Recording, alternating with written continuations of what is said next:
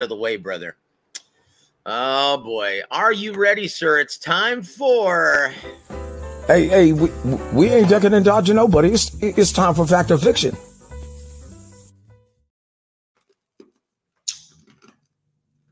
Thank you, Floyd. Appreciate the honors, brother. Number one, Coach, Fact or Fiction.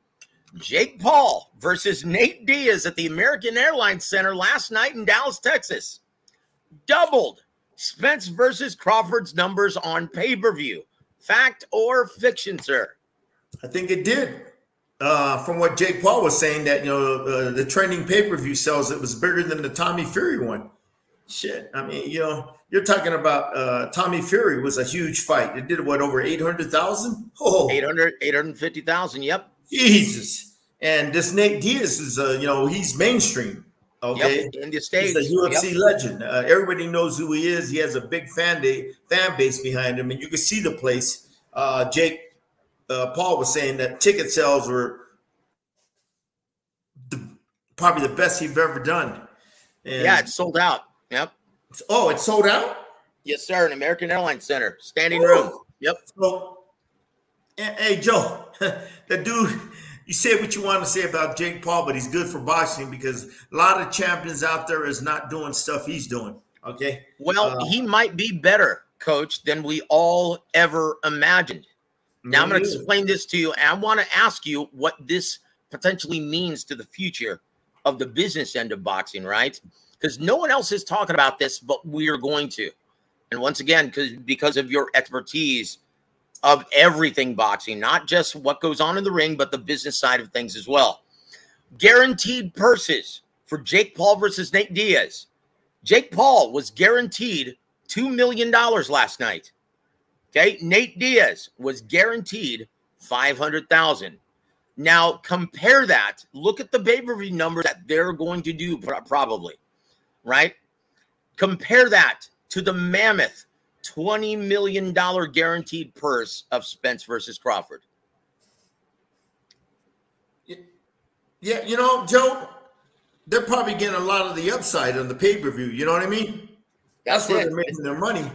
They're going to take, whatever the gross was, subtract all the expenses and all that other stuff. Then whatever whatever that's left over, they're going to cut it between them two. So if it did, Joe, 800, if this thing did over $1 million, which I think it's going to do at the price, man, they're going to make a lot more than $2 million.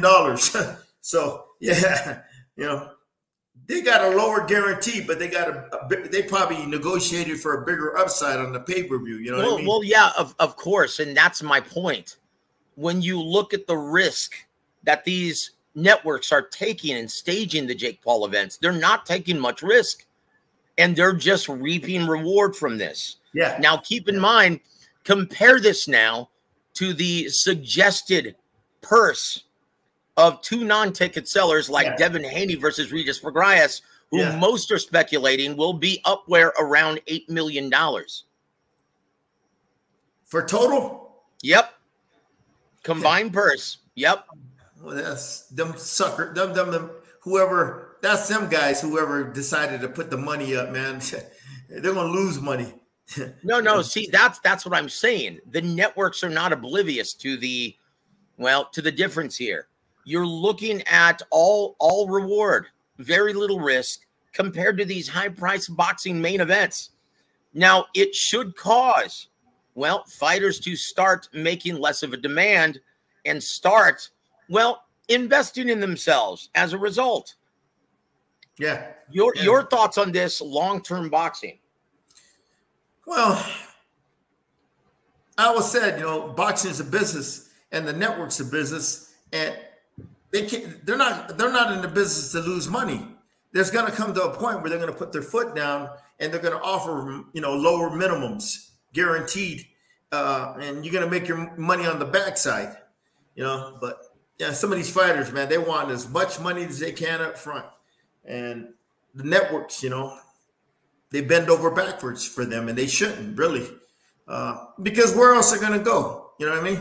Hell, man, if I was running one of those networks, you try to pull that bullshit with me, you know, especially what's the name, Haney and Progress, a fight that definitely doesn't have any mainstream appeal, and they want mainstream money. Yeah, politely shake their hand, have a nice day, go find somebody else that's going to give you the money, and good luck. Exactly. Now, once again, G Funky, I wasn't aware of this quote, but he actually quoted Regis Prograis and said, you know what, the money had better be right. And my response was, or what? Or what? Or what? Exactly. Would you like to expound on that, brother? Yeah, the money ain't right. Or what? Where you go somewhere else. You think somebody else is going to give you the money? You know, if the money, you know, these fighters, they get in this head, man, I'm worth this much money. Why? You're only worth as much as your market value is, man. You know what I mean? Now, if these idiots that run these networks, you know, they overpay your market value, hey, that's on them. But if they're smart and budget conscious, you know, they're going to pay you your market value. And if you don't like it, go somewhere else. I ain't got time. There's too many other fighters out there, man, that, you know, will put on great fights, you know, a lot more reasonable.